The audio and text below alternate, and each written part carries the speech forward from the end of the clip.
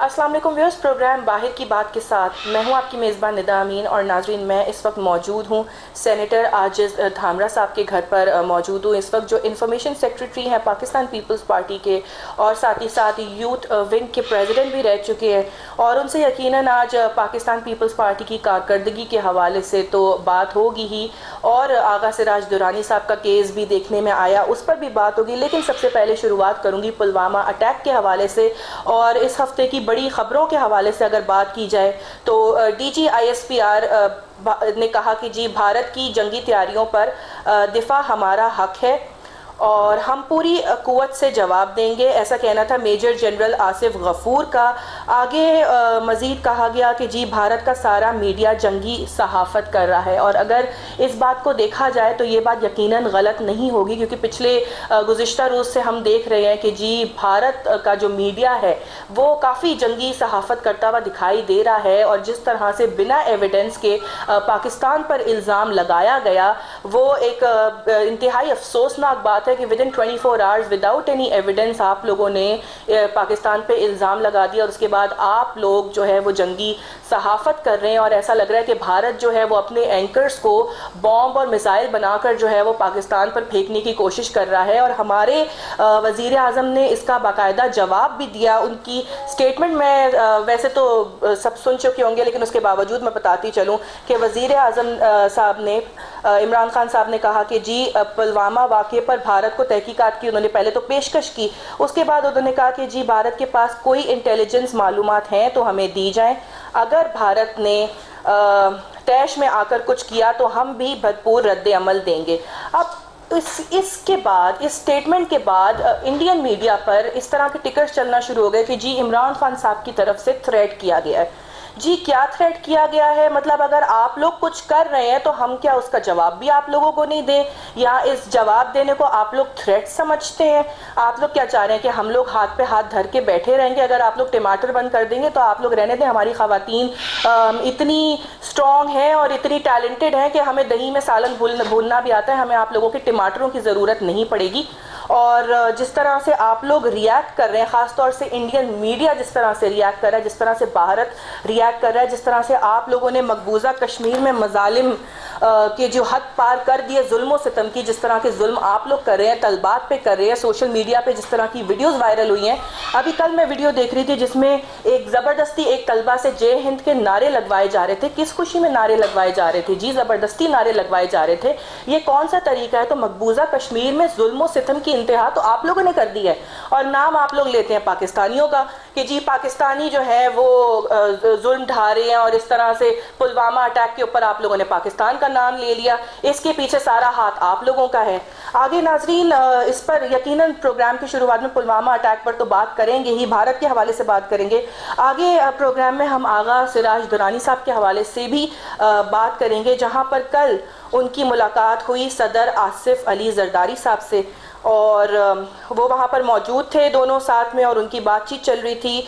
और आगा सिराज दुरानी साहब का कहना था कि जी उन पर जो केसेस बनाए गए हैं वो झूठे बनाए गए हैं, नैब ने जो रिकॉर्ड मांगा वो दे दिया गया था। नैब का कहना है कि जी आगा सिराज दुरानी साहब जो हैं वो उन्हें मुतमईन नहीं कर सके, जिसकी वजह से वो अब गिरफ्तार हो चुके हैं। और इनका पीपल्स पार्टी को अगर देखा जाए तो तनकीद करती दिखाई दे रही है कि जी इल्ज़ामात की सियासत की जा रही है। और आगा सिराज दुरानी साहब का आगे ये भी कहना था कि जी भूल नहीं सकता कि मेरे बच्चों को किस तरह से हिरासा किया गया था। और नाजरीन, यकीनन ये बात तो है कि जब हम देखते हैं एहतसाब के अमल के हवाले से अगर बात करें तो अब अलीम खान साहब की गिरफ्तारी भी देखने में आई, जहांगीर साहब को भी नाअहल किया गया। उसके बावजूद भी पाकिस्तान पीपल्स पार्टी ये बार बार कह रही है कि जी ये जो एहतसाब का अमल है ये अभी तक उनको मशकूक दिखाई दे रहा है। कुछ लोग तो ये भी कह रहे हैं कि जी ये जो अलीम खान साहब की गिरफ्तारी हुई है इसके पीछे पाकिस्तान तहरीके इंसाफ की कोई नई चाल है।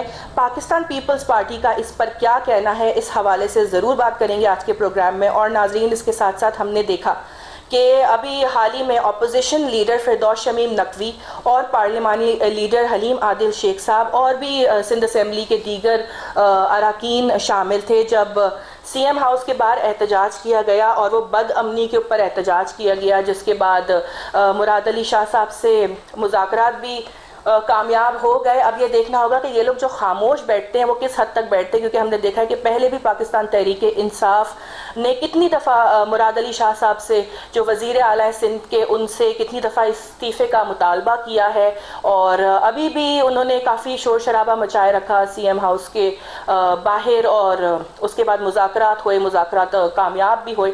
अब देखना ये होगा कि आखिर ये जो शोर मचा रहे थे और इस्तीफ़े का जो मुतालबा किया जा रहा था, ये लोग आखिर कब तक चुप रहते हैं। आगे नाजरीन, इस हफ्ते दौरा सऊदी वली अहद का दौरा है पाकिस्तान, एक तारीखी दौरा रहा। 20 अरब डॉलर की सरमायाकारी एक बहुत बड़ी सरमायाकारी है यकीनन, और 2018 में भी देखा जाए तो इन्होंने 5 अरब डॉलर की सरमायाकारी की थी, सऊदी अरब की तरफ से की गई थी। शहजादा मोहम्मद बिन सलमान के हवाले से ज़रूर बात करेंगे आज के प्रोग्राम में। ज्वाइन करेंगे प्रोग्राम में जो इंफॉर्मेशन सेक्रेटरी हैं पाकिस्तान पीपल्स पार्टी के और यूथ विंग के सदर भी रह चुके हैं, उन्हें सबसे पहले तो प्रोग्राम में वेलकम करते हैं। अस्सलाम वालेकुम सर। सर, सबसे पहले तो पुलवामा अटैक से ही शुरुआत करना चाहूँगी, और जो आपका ट्वीट है उस हवाले से मैं सबसे पहले आपको बता दूं कि जो आपने ट्वीट किया, बल्कि नाज़रीन को भी बता दूं ताकि इंडिया वाले जो जितने भी देख रहे हैं उनको ज़रा नफ़रत करने में आसानी हो जाएगी। पाकिस्तानियों से जितनी ज़्यादा नफ़रत उन्होंने फैलाई हुई है। आपका ट्वीट था कि जी, मोदी सुन ले पाकिस्तान पे मैली आंख डालने वालों को पाकिस्तान पीपल्स पार्टी के कारकुन मुंह तोड़ जवाब देंगे। जियाले वतन अजीज़ की हिफाजत के लिए हम हर वक्त तैयार हैं। ये हमारे कायद भुट्टो शहीद का मुल्क है और इसकी हिफाजत हमारा ईमान है। सर, क्या कहना है आपका पुलवामा अटैक के हवाले से? ये जो इतनी दुश्मनी निकाली जा रही है और बिना किसी एविडेंस के विदिन 24 आवर्स जिस तरह से पाकिस्तान पर इल्ज़ाम लगाया गया, और उसके बाद जिस तरह की जंगी सहाफ़त की जा रही है इंडियन मीडिया की जानिब से, क्या कहेंगे इस पर? देखें, जहाँ तक आपने मेरे ट्वीट का हवाला दिया, ये ट्वीट है तो मेरे अकाउंट पे, मगर ये पूरे पीपल्स पार्टी के कारकुनों की ये आवाज़ है, और बहसियत नेशन मेरे ख्याल में हर पाकिस्तानी की ये आवाज़ और फीलिंग है अपनी जगह। और ख़ासतौर पर जहाँ आपने कहा कि नफरत और ज्यादा करने लगे इंडिया, देखिए अगर पाकिस्तान जिंदाबाद कहने थे और खासतौर पर कश्मीरी अवाम पर मुजालिम की मजम्मत करने थे, अगर नफरत बढ़ती है तो और बढ़ने दें। और दूसरी बात कि पीपल्स पार्टी का कयाम ही वो कश्मीर कास के इशू पे हुआ था। उसके बाद जब आप पुलवामा की बात करती हैं तो मेरे ख्याल में ये इलेक्शन कैंपेन है उस शातिर जहनियत की, जिसका नाम है मोदी, जो एक शैतानी जहनियत का मालिक है। और उसने गुजरात इंडिया में इलेक्शन का टाइम करीब आता जा रहा है तो ये उनकी एक चाल है, ये उनका ट्रैक रिकॉर्ड भी है, क्योंकि गुजरात में जितना भी कत्लेआम हुआ उन्होंने इलेक्शन में ढाल के तौर पर इस्तेमाल किया।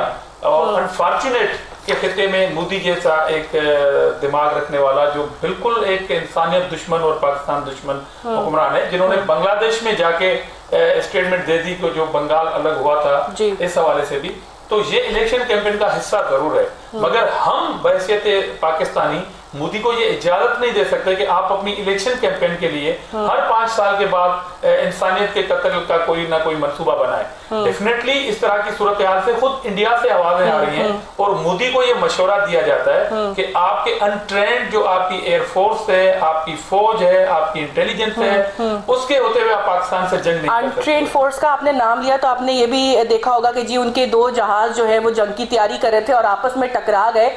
तैयारियों में वो लगे हुए हैं, वो नतीजा उनके सामने ही है कि वो जो हुआ वो हादसा। मेरे ख्याल में 5 से ज्यादा जहाज गिरने की इतलात हैं जी। और मेरा तो मशवरा होगा, वैसे तो मोदी को मशवरा नहीं देना चाहिए कि आप जो है वो अपने अवाम की जिंदगी को सिक्योर करने के लिए, जीने के लिए पाकिस्तान से पंगा ना लें, मेहरबानी करके। सही। क्योंकि एक चीज जो गुजरात में आपने कत्लेआम करके इलेक्शन जीती, सेकंड टाइम ऐसा नहीं हो सकता। सेकंड टाइम आपको उससे ज्यादा लॉस होगा, नुकसान कर सकते हैं। और बहसियत इंसान हम ये नहीं चाहते कि इंडिया के आम इंसान उस जंग का शिकार हो या पाकिस्तान के। बहसियत पाकिस्तानी कौम की फीलिंग वो है जो आपने मेरे ट्विटर पे जी। और बिल्कुल इमरान खान साहब का भी स्टेटमेंट है कि जी अगर इस तरह की कोई किसी किस्म की कोई कार्रवाई की गई इंडिया की तरफ से तो उसका भरपूर जवाब दिया जाएगा पाकिस्तान की जानिब से भी। आखिर में इंडियंस के लिए क्या मैसेज है? क्योंकि नफरत तो चले एक साइड पर आती है, लेकिन ये भारत को भी और उस भारत की आवाम को भी ये समझने की ज़रूरत है कि जान चाहे पाकिस्तानी की हो चाहे किसी हिंदुस्तानी की हो, जान कीमती होती है। बिल्कुल, मैंने गुफ्तगू की इब्तिदा में ये बात की कि खुद इंडिया से ये आवाज़ें आ रही हैं, उनकी सिविल सोसाइटी हो, उनके क्रिकेटर हो या उनके साबिक चीफ जस्टिस साहिबान हो, वो मीडिया पे खुल्लम खुल्ला मोदी की इस रवश पे मजम्मत भी करते हैं। और ये बारूद पाकिस्तान से आना और वहां जाना, ये तो आपकी नाकामी का एतराफ़ है कि अगर आपकी सिक्योरिटी ये है कि आप एक शख्स को बारूद वाले को रोक नहीं सके, अगर वो किसी भी सरहद को पार करके आया, तो ये तो आपकी हालत है। और आप लड़ने जा रहे हैं एक मुनज़्ज़म मुल्क और अफवाज पाकिस्तान से। इस मसले पे हमारे सियासी हुक्मरानों की अंदरूनी जो भी मामला हो, हम अपने सरहद पे लड़ने वाले सिपाहियों के साथ हैं, शाना बशाना है।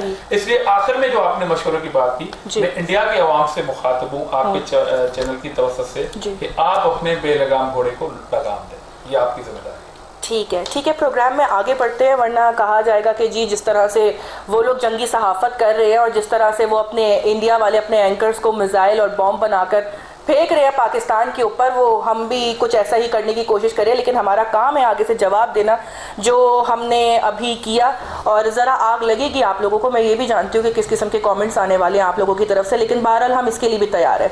आगे बढ़ते हैं, प्रोग्राम में बात करेंगे आगा सिराज दुरानी साहब के हवाले से। अभी कुछ वक्त पहले हमने देखा कि अलीम खान साहब की गिरफ्तारी, उसके बाद उनका इस्तीफ़ा, फिर शहबाज शरीफ साहब की रिहाई, फिर डील और ढील की बातें चल रही थी नवाज शरीफ साहब को लेकर। अब आगा सिराज दुरानी साहब की गिरफ्तारी, स्पीकर सिंध असेंबली है, इससे पहले कभी इस तरह का वाकया पेश नहीं आया। नैब की इन्वेस्टिगेशन और प्रोसिक्यूशन आपको किस डगर पे जाती दिखाई दे रही है? देखिए, जहाँ तक आपने नैब की इन्वेस्टिगेशन की बात की या एहतसाब की बात की, तो पाकिस्तान पीपल्स पार्टी बिल्कुल नहीं घबराती इन सारी चीज़ों से, बल्कि आप लोग तो कहते हैं आप लोगों के लीडरान जेलें काट चुके हैं। एक दूसरी बात, तो हम पे ये इल्ज़ाम लगाया जाता है कि जो अपने अदवार के अंदर, वो PMLN हो या पाकिस्तान पीपल्स पार्टी हो, इन्होंने कानून में अमेंडमेंट क्यों नहीं किया।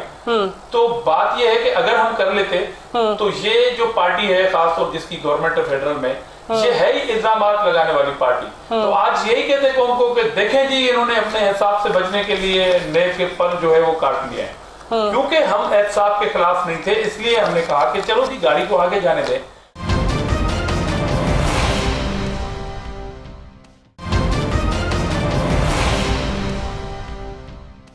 Welcome back from the break. फिर एक बार फिर प्रोग्राम में आपको खुशामदीद कहते हैं। मैं इस वक्त मौजूद हूँ आजिज़ धामरा साहब के साथ, और ब्रेक पर जाने से पहले हम एहतसाब के हवाले से बात कर रहे थे। प्रोग्राम में आगे बढ़ते हैं और बात करते हैं पाकिस्तान पीपल्स पार्टी की कारकर्दगी के हवाले से। यकीनन आप आज मुझे मिले हैं तो मैं ज़रूर आपसे इस हवाले से जानना चाहूँगी कि जी इस पर भी बड़ी तनकीद की जाती है। आप लोग कहते हैं कि जी 40 साल में ये हाल जो अब हो गया है, ख़ासतौर से महंगाई का, वो इससे पहले कभी नहीं हुआ। जो पाकिस्तान तहरीक इंसाफ ने कर दिया है, फिर चाहे वो मईशत के बारे में हो या किसी और चीज़ के बारे में हो। और मुर्तज़ा वहाब साहब का ये कहना है कि जी गैस का बहरान जितना ज़्यादा बढ़ता जा रहा है, इससे पहले ऐसा कभी भी नहीं हुआ। सर आप लोग ये बताएं कि इतने टाइम में पाकिस्तान पीपल्स पार्टी क्या सिंध में पानी का मसला हल कर सकी? एक इतना बड़ा मसला है, बारिश हो तो वैसे ही यहाँ पे पानी खड़ा हो जाता है, वो एक और अलग बड़ा मसला है। 11 साल हो गए आप लोगों की हुकूमत को। पाकिस्तान तहरीक इंसाफ को तो एक सॉफ्ट कॉर्नर इसलिए भी दिया जा सकता है कि उनको हुकूमत में आए हुए टाइम ही कितना हुआ है, और आप लोगों को इतने साल हो गए, पानी का मसला हल नहीं कर सके अभी तक। जी देखिए, पहली बात तो ये है कि आपका जो पानी है जी वो आता है ऊपर से, और सिंध टेल सूबा है, और कंटिन्यूसली पाकिस्तान पीपल्स पार्टी ये बात ऐवानों में कहती हुई आई है, प्रोटेस्ट के तौर पे कहती हुई आई है कि पानी की जो रिक्वायरमेंट है सूबे की वो नहीं दी जाती, नीड जो है हमारे सूबे की। नतीजतन ये हुआ कि आप इर्सा जो आपका एक अथॉरिटी है वाटर की बनी हुई, उसमें 10,000 एकड़ मिलियन फीट पानी जो है आपको डाउन स्ट्रीम में एनी हाउ देना है, अगर वो आप नहीं दे रहे। उसके बाद जनरल मुशर्रफ के दौर में एक कमेटी बनी थी पानी के माहिरीन पे कि वो एक स्टडी करें कि ये जो रिक्वायरमेंट है सूबे की, और खासतौर पर डाउन स्ट्रीम कोटरी से नीचे जाके जब समंदर में पानी होता है, तो एक तो हमारी रिक्वायरमेंट वो है जो डाउन स्ट्रीम की है, जिसमें प्रॉपर पानी ना आने की वजह से फिर उस कमेटी ने एक रिकमेंडेशन तैयार की कि 8.5 मिलियन एकड़ फीट पानी जो है वो तो एनी हाउ आपको देना है। उसमें से उसका हल आप तो 11 साल में नहीं निकाल सकते। नहीं, क्यों नहीं सर? और पाकिस्तान तहरीक इंसाफ वाले तो ये भी कहते हैं कि जी चोरी हो रहा है, पानी चोरी हो रहा है, गैस चोरी हो रही है। बाकायदा फिरदौस शमीम नकवी साहब ने मेरे प्रोग्राम में ये कहा है कि खुर्शीद शाह साहब जो है वो सिंध का पानी चोरी करते हैं। क्या कहना है आपका इस पर? देखिए, खुर्शीद शाह साहब के पास घर में अगर बहुत बड़ी अलमारी और पेटियां पड़ी होंगी जो पानी दरिया से उठा के और वो पानी जाके वहां पर चोरी करके रखते होंगे तो वो अलग बात है। पानी प्रॉपर जो है वो इर्सा एड को अगर आप उठा दें जो प्रॉपर आपकी पानी के हवाले से है तो उनकी जो अब आप रिपोर्ट लेंगे 10 साल की तो वो तो अलार्मिंग सिचुएशन पे है। और लास्ट ईयर भी 34% पानी जो है वो शॉर्टेज में है सुबह। और जब 40% सुबह शॉर्टेज में जाएगा और उसमें जो आपकी लाइनिंग नहीं हुई है वाटर कोर्सेज की लाइनिंग नहीं की हुई थी जिसकी वजह से आपका 15% पानी जो है वो जाया होता है। अब उसके लिए जो सिस्टम में पानी मौजूद है उसको बचाने के लिए आप बिल्कुल पूछ सकती हैं कि पीपल्स पार्टी ने क्या किया।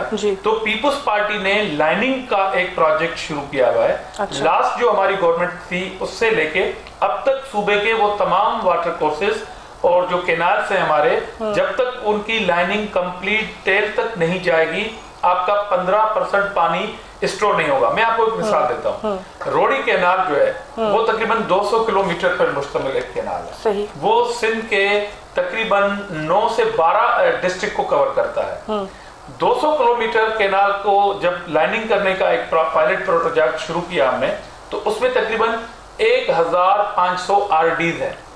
आरडी उसको लाइनिंग करने की जरूरत थी। जब हमने पायलट प्रोग्राम के तहत फेज 1 में चनेसर से लेके हमने सिर्फ सकरन का जो फेज कंप्लीट किया लाइनिंग की उसमें से सिर्फ 70 या 75 आरडीज को हमने जब लाइनिंग कंप्लीट हुई उसकी तो 25 अच्छा जब आप रोडी कैनाल को टोटल लाइनिंग करेंगे तो 1200 क्यूसेक पानी आपको बचत होगी आपकी 1200 क्यूसेक पानी जिसे आप 2 लाख एकड़ जमीन जो गैराबाद है वो भी आबाद कर सकते हैं। यही पानी आपको ड्रिंकिंग के लिए भी इस्तेमाल हो सकता है। फिर यही पानी आपकी जो लाइव स्टॉक एक बहुत बड़ी सनत है जो जानवर पानी नहीं पी सकते उसके लिए काम आएगी। तो मैं जो आपको बता रहा हूँ फेज 1 जो है वो सिर्फ 75 आरडीज के कंप्लीट होने से 25,000 एकड़ जमीन जो है वो आप फिर काश्त के काबिल कर सकते हैं। तो ये मादी की हुकूमतों में इस पे ध्यान नहीं दिया गया था। और सर आप लोग ध्यान देते रहे हैं लेकिन हल अभी तक सामने नहीं आया। आखिरी बात नहीं आप चले विजिट करें। लोग तो अभी भी रो रहे हैं पानी को। क्या नहीं रो रहे सिंध में लोग पानी को रो रहे हैं। पानी एक मैं वो बात कर रहा हूँ जो सिस्टम में पानी मौजूद है जो सिंध में आता है इतनी बड़ी शॉर्टेज के बाद। मैं तो अवाम की बात कर रही हूँ कि मैं भी अवाम की बात बता रहा हूँ कि वो पानी जो सिस्टम में बचाना पड़ेगा उस पे पीपल्स पार्टी की गवर्नमेंट ने वर्किंग शुरू की हुई है। उसमें से मैं आपको बता रहा हूँ जो पानी बच रहा है वो ड्रिंकिंग वाटर के तौर पर भी इस्तेमाल हो रहा है। और नतीजतन क्या होता है जब आपके पास वाटर उस क्वांटिटी में नहीं आता सूबे में तो आपका अंडरग्राउंड पानी जो है वो बिल्कुल पूरा सूबा जो है वो फेस कर रहा है मीठा पानी नहीं है अंडरग्राउंड। उसकी वजह यह है कि आपको जिस मिकदार में मीठे पानी की जरूरत होती है एक तो वो आपकी रिक्वायरमेंट पूरी करती है और अंडरग्राउंड जो वाटर है उसकी जो कड़ावट है वो खत्म करती है। तो सूबा डेफिनेटली फेसिंग शॉर्टेज वाटर 40% ये बहुत बड़ा पानी है। बाकी जो पानी सिस्टम में है 15% जो जाया होता है लाइनिंग ना होने की वजह से उस पे पीपल्स पार्टी काम कर रही है। उन इलाकों में आप चलें जहां पे मैं आपको विजिट करवा सकता हूं कि ये लाइनिंग की वजह से पानी कितना बचत है। अब आते हैं कराची जो वो इलाके की बात नहीं हो रही बात पूरे सिंध की हो रही है ना। हुकूमत आप लोगों की पूरी सिंध में। मैंने सूबे की बात की। सूबे के बाद पहली बात तो मैं हाथ जोड़ के उन इदारों को कहता हूं कि मुझे पानी दो सूबे का। मुझे पानी दो। पानी की शॉर्टेज मैं नहीं कह रहा। इस्सा कह रही है कि अभी लास्ट सीजन जो आपकी गई है उसमें 34% पानी शॉर्टेज है। तो पहली बात वो कौन पूरी करेगा? पानी तो मेरे पास ऊपर से आ रहा है पानी मेरे पास कम आ रहा है लाइनिंग ना होने की वजह से 15% पानी कम हो रहा है। अब मैं कराची की बात इसलिए कर रहा हूँ कि बड़ा शोर होता है कि कराची में पानी नहीं है। चीफ मिनिस्टर सिंध हुकूमत ने साईं कायम अली शाह से लेके और मुराद अली शाह तक सीसीआई में एक केस रखा हुआ है। आपको मालूम होगा कि कराची मिनी पाकिस्तान है। वैसे तो कहते हैं तमाम कौमें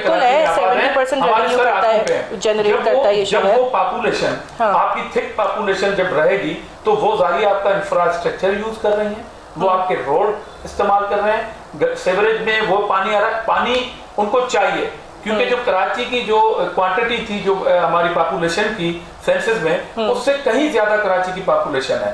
अब उसके पानी के लिए हमें मिनी पाकिस्तान है ना, सबका हक है कि हम अपने सूबे जो हैं वो कंप्रोमाइज करें हमसे से कि आपके जब लोग हमारे पास रह रहे हैं, चलो हम उसको निकाल नहीं सकते, पाकिस्तान सबका मुल्क है। कंकरेंट लिस्ट का खात्मा 73 के कॉन्स्टिट्यूशन में था और ये डिक्लेयर था कि 10 साल के अंदर अंदर ऑटोमेटिक वो खत्म हो जाएगा।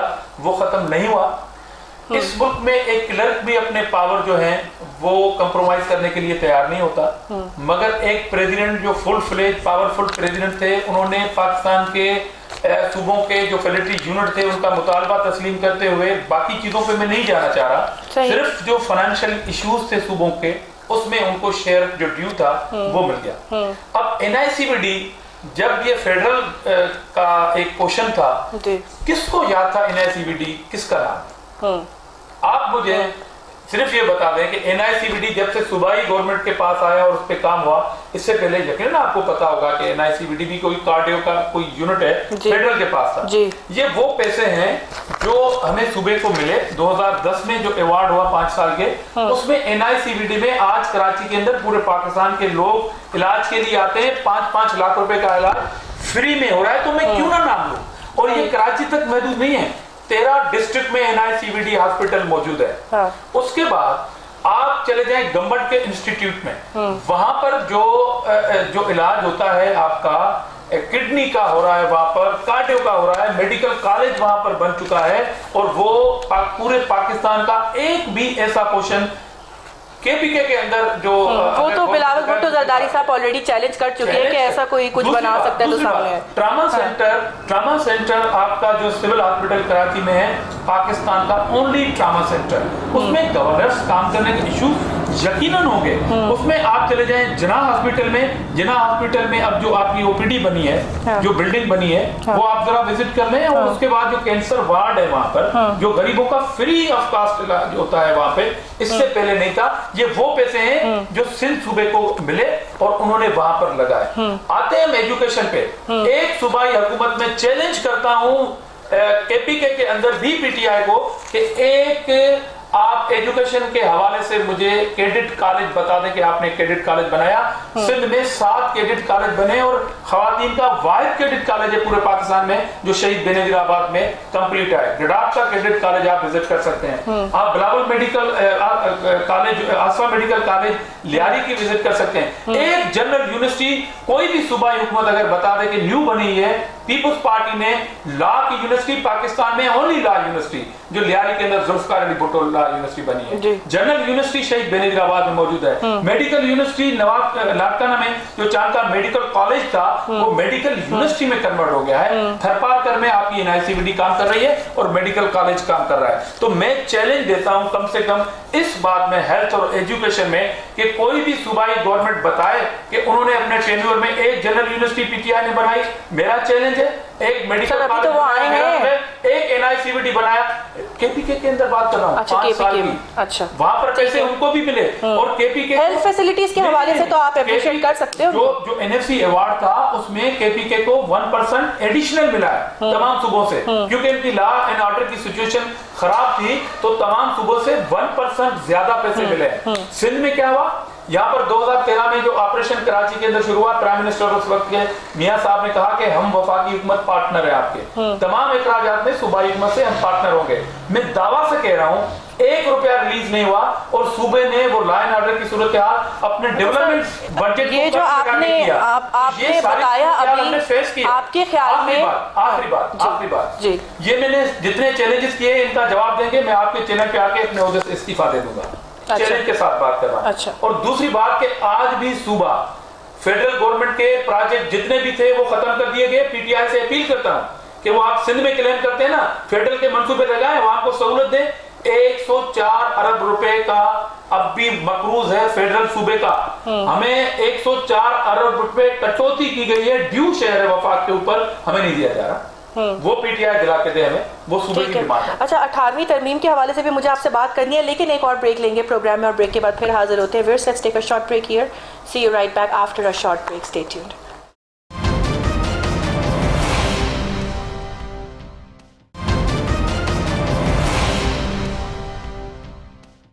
Welcome back from the break. फेयर्स एक बार फिर आपको प्रोग्राम में खुशामदीद कहते हैं। मैं मौजूद हूँ सेनेटर आजिज़ धामरा साहब के साथ, जो इन्फॉर्मेशन सेक्रेटरी भी हैं, पाकिस्तान पीपल्स पार्टी के यूथ विंग के प्रेसिडेंट भी रह चुके हैं। और हम ब्रेक पर जाने से पहले थोड़ी सी बात छिड़ी थी 18वीं तरमीम के हवाले से। तो ये बताएं कि जो कंटिन्यूसली पाकिस्तान तहरीके इंसाफ वाले बाकायदा ये मीडिया पर भी आके कह चुके हैं कि जी हमारी तरफ से इसको रोल बैक करने की कोशिश नहीं की जा रही, तो पाकिस्तान पीपल्स पार्टी वालों को ये खदशात क्यों और कहाँ से मौसूल हो रहे हैं कि जी इसको रोल बैक करने की कोशिश की जा रही है और फिर ये लॉन्ग मार्च की बातें और ये सारा कुछ?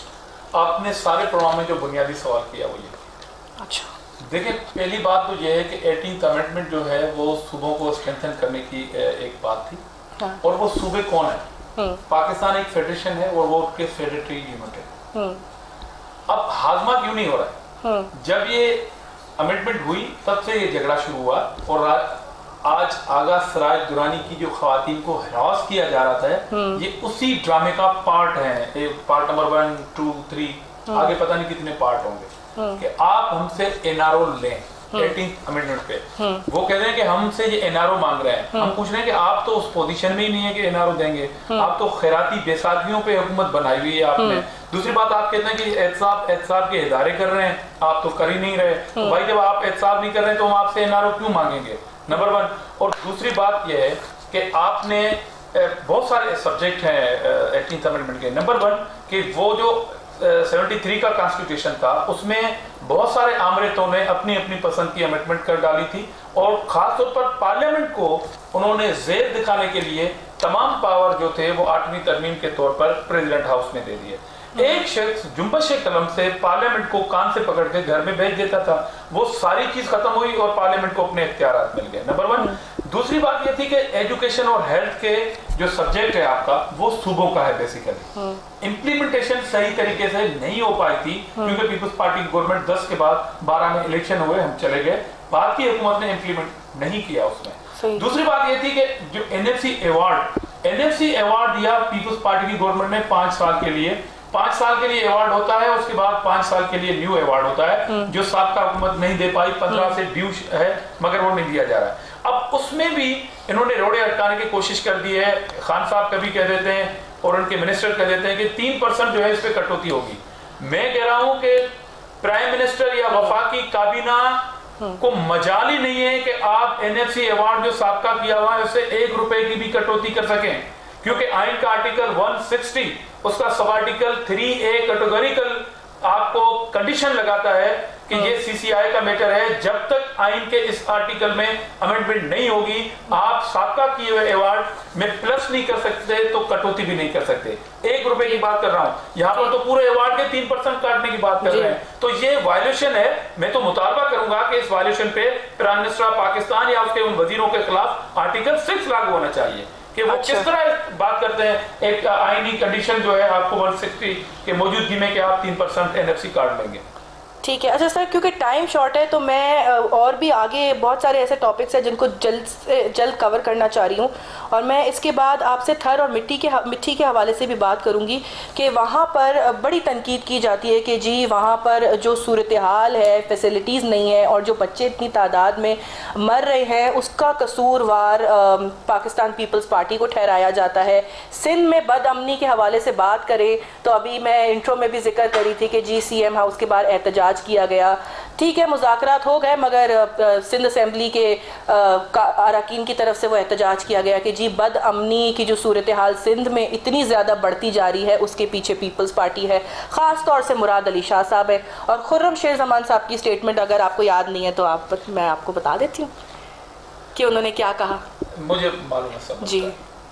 देखिए पहली बात तो आपने कहा कि थर में जो बच्चे जो फौत होते हैं वो भी जरा आप कैमरा पे बता दें कि उसमें रीजन क्या आता है उस खबर के। सर ये तो आप बताएंगे ना। नहीं आप बताएं ना कि वजह क्या होती है। कम उम्र शादियाँ नहीं भूख की वजह से।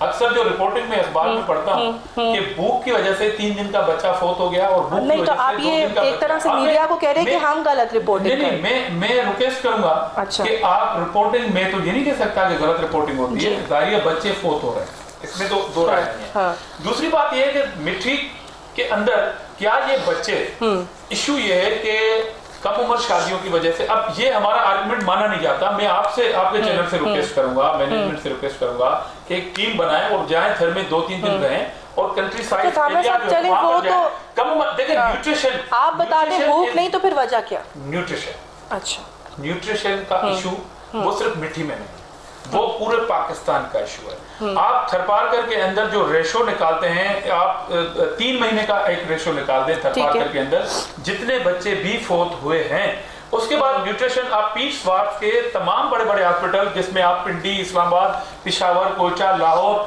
ये सारे हॉस्पिटल्स की, कराची के हॉस्पिटल्स की एक रेशो निकालें कि पीट स्वार्थ से न्यूट्रिशन की वजह से कितने बच्चों की अमवात होती है। उसके साथ साथ थरपार करके इन बच्चों की फोतगी की भी रिजल्ट आप कौम के सामने रखें, आपको रीजन का पता पड़ जाएगा कि this is actual reason cause of death. और दूसरी बात, ये नहीं बनने चाहिए, उसमें अवेयरनेस हो रही है। मीडिया ने ये पॉइंट आउट किया, उसका एक पॉजिटिव चीज भी है कि कंटिन्यू मीडिया में ये चीज या हुकूमत पे जो तनकीद है उस पर हम नाराज नहीं होते, उसमें एक अवेयरनेस जरूर जन्म ले रही है कि बेसिकली जो आपका इशू है। देखिए पीपल्स पार्टी की हुकूमत अगर कल नहीं रहती तो क्या थरपारकर में न्यूट्रिशन की वजह से बच्चों की जो अमवात की तादाद वो खत्म हो जाएगी? ये इस दलील को मान सकते हैं? डेफिनेटली नहीं, क्योंकि गवर्नमेंट कोई भी आए, और 10 साल पीपल्स पार्टी की गवर्नमेंट रही, 10 साल का हिसाब हम दे देते हैं। पाकिस्तान को आजाद हुए 71 साल हुए, बाकी 61 सालों का हिसाब कौन देगा? सर अभी तो आप लोगों की टर्न्स लग रही थी ना, पीपल्स पार्टी फिर पीएमएलएन फिर पीपल्स पार्टी। देखिए इशू वो है जो 10 साल के अंदर पैदा हुए हैं तो उनका जवाब हम देंगे, जो माजी से चलते आ रहे हैं उनका हिसाब। जो थरपारकर का इशू है, तो आपके ख्याल में जिम्मेदार कौन है? एक तो सोसाइटी के अंदर अवेयरनेस होनी चाहिए कि हम कम उम्र बच्चों की शादी, वो तो बिल भी पास हुआ है, वो पीपल्स पार्टी की गवर्नमेंट ने किया है कि आप 18 साल से कम उम्र बच्ची की शादी नहीं कर सकते। उसका इशू ये होता है कि उसमें इस तरह के इश्यूज फिर आ जाते हैं। लेकिन उसके बावजूद आपने लॉ एंड ऑर्डर की सूरत की बात की।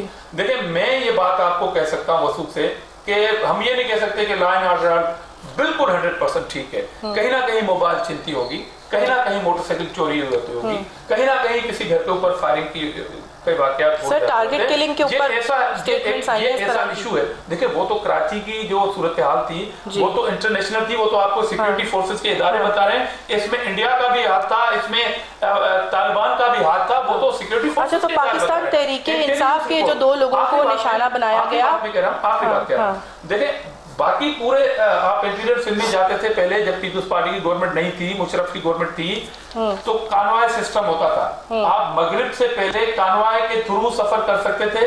आज मैं दावा के साथ कहता हूं कि पूरे सूबे में कानवाय नहीं लगती। रात को 4 बजे आप कराची से निकले, आप मिट्टी पूछ सकती हैं, 4 बजे रात को भी सफर कर सकती हैं। अल्लाह ना करे अनफॉर्चुनेट इंडिविजुअल कोई वाकया आ जाए, मगर कानवाय सिस्टम नहीं है। और खुर्रम शेख जमा की बात की तो मैं इस पे क्या बात करूं, जो कैटरिंग के ठीके पे जाली बिल बना के सीएम हाउस से पैसे बटोरते थे, आज वो हादसाती तौर पर अगर सर आप सबूत की बिना पे कह रहे हैं कैटरिंग के काम करते थे, ठीक है, कैटरिंग का काम करता था, और क्रॉस द बोर्ड अगर एहसाब हुआ तो ये सारे। तो आपके ख्याल में ये मुराद अली शाह साहब को क्यों निशाना बनाया जा रहा है? बार बार इस्तीफे का मुतालबा किया जाता है। वो तो उनको राइट है, कर सकते। अच्छा, जिस तरह मैं कहता हूं कि नेब में केस के नाते प्राइम मिनिस्टर इमरान खान को जेल में होना चाहिए, इस्तीफा देना चाहिए, इस तरह उनको भी राइट है। अच्छा, और वफाक ने सिंध हुकूमत उनकी सियासत का खात्मा होता जा रहा है, इशू ये। अच्छा, और वो कैसे? वो से कि मुराद अली शाह ओनरशिप दे रहे हैं कराची को, सरगर्म है, पहले से ज्यादा हमने सीटें दी हैं, और आइंदा भी पता पड़ेगा इनको कि किस तरह कराची। ये तो परेशान है, जीते कैसे?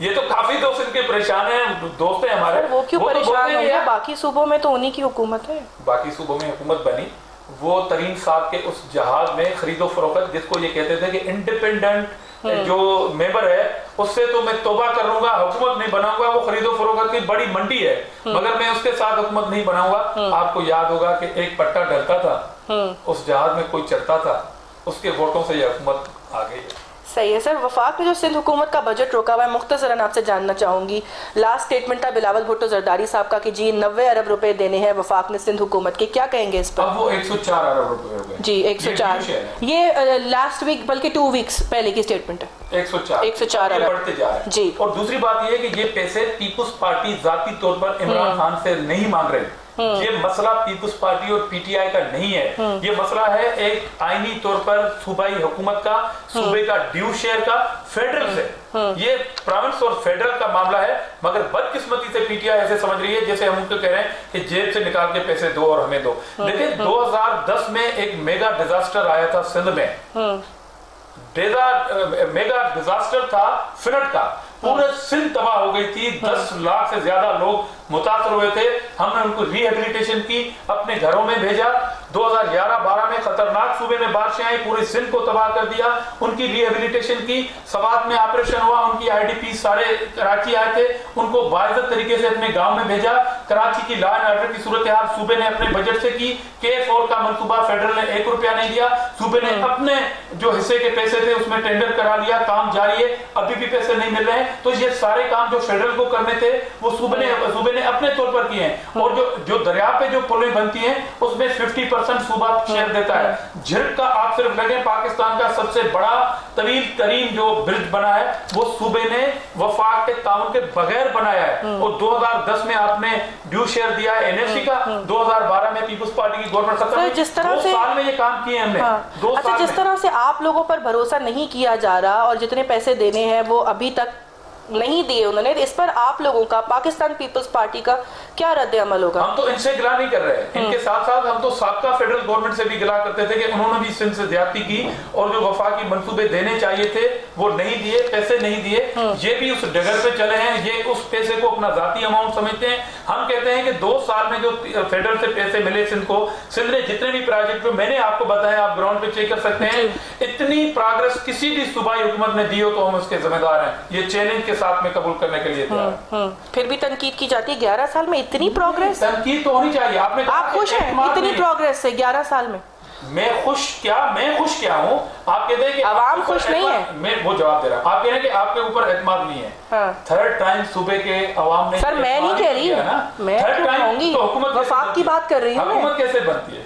सूबे में तो गवर्नमेंट बन रही है, थर्ड टर्म 4 सूबों से आते आते आप लोग यहाँ आ गए हैं। आप डिमोशन कहेंगे इसको, प्रमोशन नहीं कहेंगे? कहूंगा, मैं प्रमोशन करूंगा। और हम ऊपर आ रहे हैं और चेयरमैन साहब की ये इलेक्शन होगी, चेयरमैन बिलावल भुट्टो की ये कमिंग इलेक्शन होगी। फिर मैं आपको बताऊंगा इसी चैनल पे कि अब पीपल्स पार्टी पे तबसरा किया जाए। दूसरी बात कि आपने शॉर्ट टाइम में सूबे की जो प्रोग्रेस मैं आपको बता रहा हूँ, कोई दूसरा सूबा भी तो बात करके दिखाया हमें कि इतने पैसे जो सिंध को मिले सब सूबों को मिले, उसमें से आपने क्या किया? सर अभी जो पाकिस्तान तहरीक इंसाफ की तरफ से एक अच्छा स्टेप लिया गया है, पाक सऊदी रिलेशंस की मैं बात करूं, इस पर भी आप क्या पाकिस्तान तहरीक इंसाफ पर तनकीद करेंगे कि जी 20 अरब डॉलर की सरमायाकारी, और उसके बाद 2018 में भी 5 अरब डॉलर की सरमायाकारी की गई थी सऊदी अरब की जानिब से? अच्छा सवाल है। देखें, बात यह है कि सऊदी रिलेशन कोई पीटीआई की वजह से हुए हैं। अच्छा, किसकी वजह से हुए हैं फिर? ये स्टेट टू स्टेट मामला होते हैं। और ये क्या आपको मालूम नहीं है कि जनरल बाजवा साहब ने 18 अगस्त को ये आए हैं, 22 अगस्त मैं सऊदी वली अहद के दौरे पाकिस्तान की बात कर रही हूँ कि वो तो अभी हुआ है ना, हुकूमत इस वक्त किसकी है? नहीं, मैं बात कर रहा हूँ कि 18 अगस्त को इनकी हुकूमत आई है जी, 22 अगस्त को दौरा किया है बाजवा साहब ने, वो उनसे मिले हैं। उन्होंने तो यहाँ पे खुद एक्सेप्ट किया है कि वो किसकी दावत पे यहाँ पर आए हैं। और ये प्रोजेक्ट जो दिए 52 अरब डॉलर का, तो उन्होंने इंडिया के साथ अभी मुआहिदा किया है सऊदी अरब ने। वो तो टर्की भी जा रहे हैं, वो तो दूसरे मुमालिक में भी जा रहे हैं, कोरिया में भी जा रहे हैं, वो तो पाकिस्तान में आए। इस तरह की देखें टूर्स में एक साल पहले की लॉबिंग। अच्छा, तो इसमें इसका क्रेडिट पाकिस्तान तहरीक इंसाफ को जाना ही नहीं चाहिए? नहीं। अच्छा, इस पे मैं आखिरी बात कहना चाहता हूँ। सीपेक का मामला था। सीपेक देखें, पीएमएल-एन की गवर्नमेंट बनी थी 2013 5 जून को। 5 जून 2013 को वो गवर्नमेंट बनी और सीपेक का जो एमओयू साइन हुआ वो 13 जून 2013 को हुआ। तो क्या 13 और 5 को अगर आप निकाल दे, माइनस करें तो 7 दिन का बाकी फर्क पड़ता है। तो क्या इतना बड़ा प्रोजेक्ट की जो लॉबिंग है, आपकी तैयारी, वो इन 7 दिन में होती है?